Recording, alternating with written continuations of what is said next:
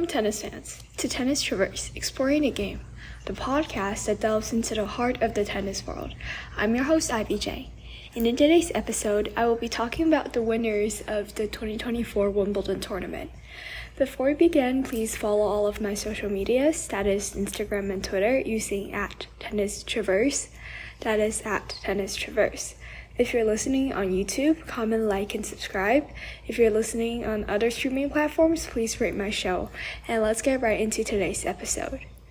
So I want to start off by saying that I'm still at my camp, my journalism camp, so the sound really isn't that well, but I am actually really glad because we're having audio producers from professional podcast companies coming here and talking to us about basically the inside works of podcasting, and we also got to visit one of the biggest radio stations, and it was really cool. And I think I learned a lot about how to create a podcast that's better than this, and I'm hoping to maybe after I go back use this experience to help me just better my podcast in general and make it more just overall a better experience for you guys. And please tell me if you guys want me to add anything, change anything, or you guys have a segment idea that you guys want me to do, just please tell me all. And also if any of you think my tech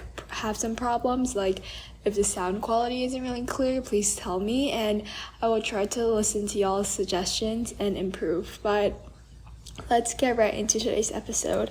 So I want to talk about Wimbledon's women's single first because I think one word to sum it up is unexpected. As I said before, I thought that the French Open was just really expected because Iga has won there basically 2 times in a row before winning the title again this year. However, she really isn't as skilled on grass compared to clay. So this was just, I think, open, everyone can win, and I think it really shone through just from the tournament. So let's talk about the tournament. We'll start talking from the quarterfinals. So the first quarterfinals between Yasmin Paolini and Emma Navarro. Before I said that, I didn't think Yasmin Paolini is going to play super well on grass because I just didn't think it would suit her style, even though she did make it to the finals of Roland Garros, which is a clay tournament prior. But Yasmin actually surprised me. I thought Emma Navarro was going to win, but Yasmin beat Navarro with a score of 6-2, 6-1. So it was really a dominating performance from her. The other match I want to talk about is Lulu Sun playing Donna Vekic. So as I said before, there are just a lot of players who went really deep in this tournament, beating players that really is unexpected, such as Iga Swiatek, who lost to Putintseva, and just a lot of players such as Daniel Collins also was eliminated, and Ons Jabeur. So this was, in my opinion, one of the surprise pairings, and it was a 3-set match. Lulu won the first set 7-5 and then lost the next two 4-6, 1-6. So I would say that Vekic, because she's more experienced, she has the ability to come back. And I also want to mention that Lulu Sun, she's really good because she beat Emma Navarro on center court in the round of 16th. So it was an incredible match. I suggest you guys go watch it because Lulu was so tight at she didn't show any facial expressions, and I think that is an incredible thing because you don't want the opponent to know obviously how you're feeling on the court. And after she won the match point, she just let go of everything and she let all her emotions out, which is first of all super overwhelming and second of all really impressive to see. So I suggest if you guys want to watch that highlight, you should. So our next quarterfinal matchup is between Elena Svitolina and Elena Rybakina. So Elena Svitolina actually went to the semifinal of this tournament last year. So this was really just showing how consistent she could be at Wimbledon. And obviously Rybakina is a top player and she seems to be in really good conditions in this tournament, because this year in a lot of tournaments she actually withdrew because citing some stomach issues or just being sick or catching the flu. But She seems to be doing really well in this tournament, and she beats Svitolina with a score of 6-3 and 6-2. Our last quarterfinal matchup is between Barbara Krejcikova and Jelena Ostapenko.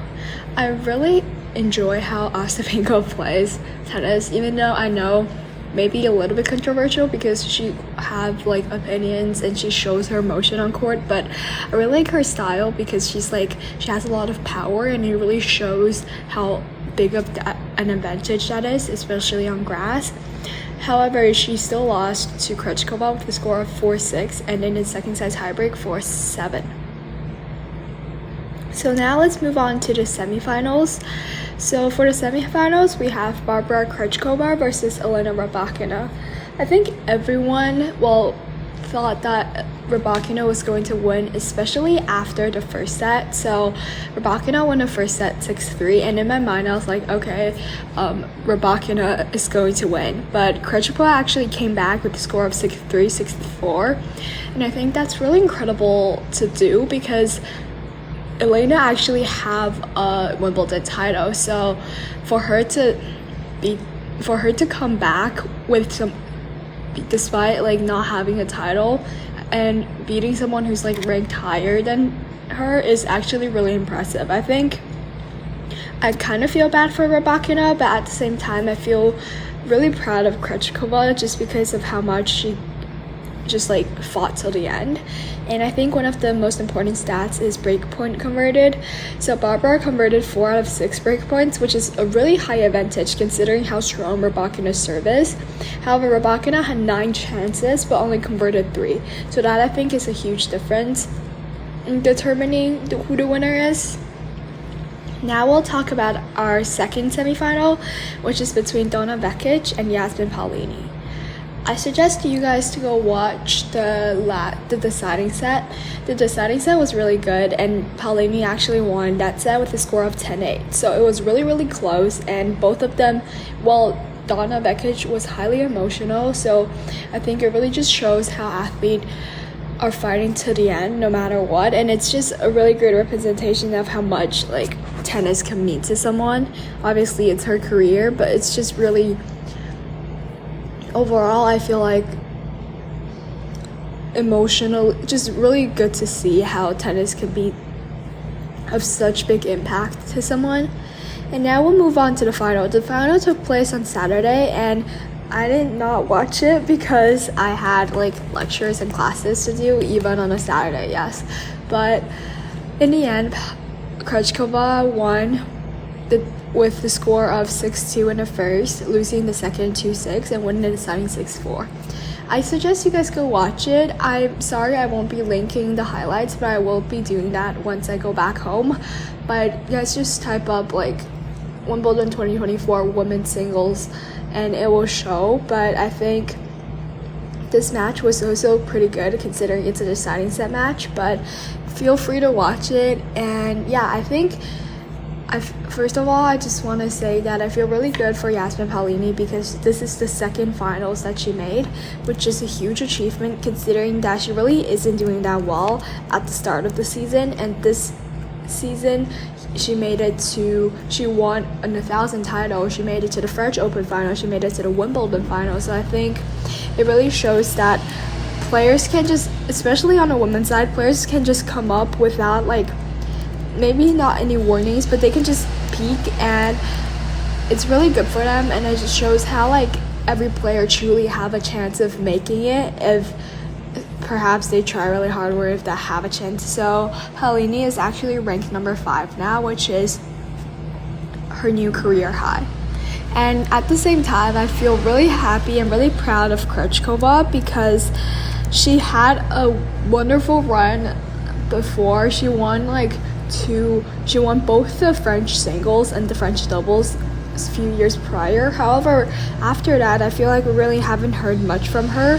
However, she's jumping high up in the rankings, and she actually jumped up 22 places, so she's ranked number 10 in the world right now. So I feel really happy for her as well, and I think her hard work really paid off. And people often dismiss her because she only won like 1 title, and she like died down, so people were like, is she a fluke? But I think she's actually performing really well, which I'm super proud of. Okay, now let's talk about the men's final. So the gentlemen's final actually concluded today in the morning of where I am right now. So I guess it's a good thing that I can just sum it up, because prior to coming here, I always recorded on a Saturday, so I have to predict the results on the Sunday. But I mean, I'm recording this on Sunday at like 3 p.m. So the tournaments have already been done. So let me just talk through this in the same fashion from quarterfinal to semifinal and then to the final. So let's start with the quarterfinals. The first quarterfinal match is between Carlos Alcaraz and Tommy Paul. So Carlos losing his set to Tommy Paul, especially the first set, was kind of unexpected because Carlos was the defending champion here. However, I feel like he did manage to find his rhythm, because in the end he did manage to beat Tommy Paul.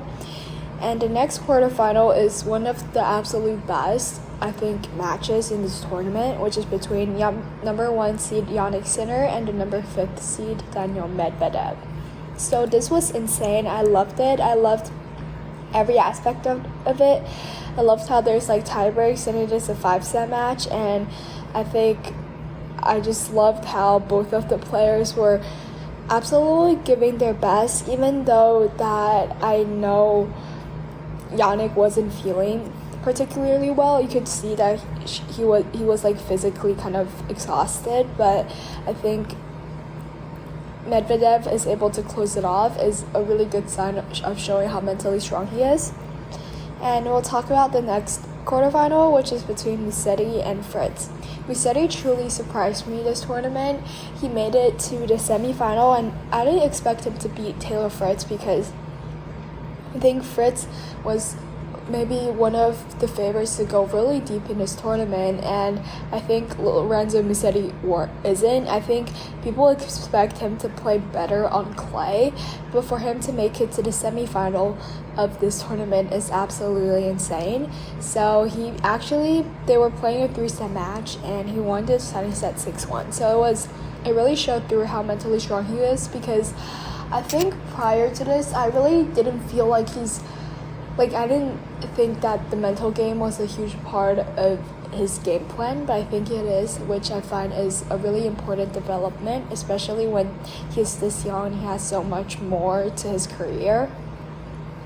And now I want to talk about the next quarterfinal, which is between Alex de Minaur and Novak Djokovic. So Alex actually had to withdraw because of an injury, so Novak just went straight through to the semifinal.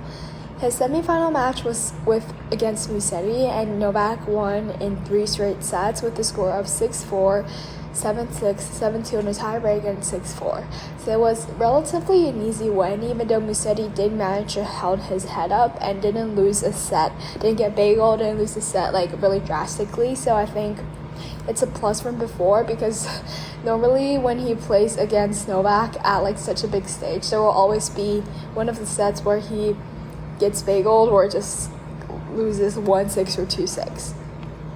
Now I want to talk about the next semifinal match, which is between Carlos Alcaraz and Daniil Medvedev. So similar to the one where Carlos played against Tommy Paul, he also dropped the first set in a tiebreak of 1-7. However, he managed to come back and find his rhythm again, winning the next three with 6-3, 6-4, and 6-4. So now let's talk about the final. The final matchup is between Carlos Alcaraz and Novak Djokovic, which is the exact rematch of the year prior. So they played last year as well, and I would say everyone expected Novak to win last year, even though Carlos did manage to win, and that was an incredible match. That was such an incredible match. Like, it was one of the favorite matches I've ever watched. So if you guys want to go check that out, please do. Just search up 2023 Wimbledon highlights. But that was incredible. And last year I think we expected Novak to win because it was going to be his 24th Grand Slam, but Carlos actually came out on top. But I think for this year's Wimbledon, most of us expected Carlos to win just because Novak hasn't had the best year and Carlos is playing ridiculously well when he's finding his rhythm. So I think everyone expected Carlos to win, and the results did not lie. Carlos won the first 2 sets 6-2, 6-2, and won the third in a tiebreak of 7-4. I wasn't watching this match, but I was following the Google scores, and Carlos actually had 3 match points when he was, I believe, up 5-4, and it was 40-love. However, I think he got a little bit tense, but with closing it up, and I think that's totally understandable because it's really hard and the nerves will get to you. However, he still managed to close it out in his tiebreak, and he established a mini break halfway through the tiebreak, I would say, and he managed to win this tiebreak. So that is all, and I think I summed up the quarterfinals, the semifinals, and the finals of both the women's and the men's tournament.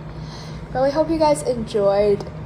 I had a lot of fun filming this. I think I am in a quieter space, so there isn't really that much external sound that you might hear, even though the quality obviously isn't going to be the best because I'm recording on my phone voice memos rather than having my actual microphone. But I hope you guys enjoyed this episode, and please subscribe to my social medias if you haven't already. That is at Tennis Traverse, and I'll see you guys next week. Bye.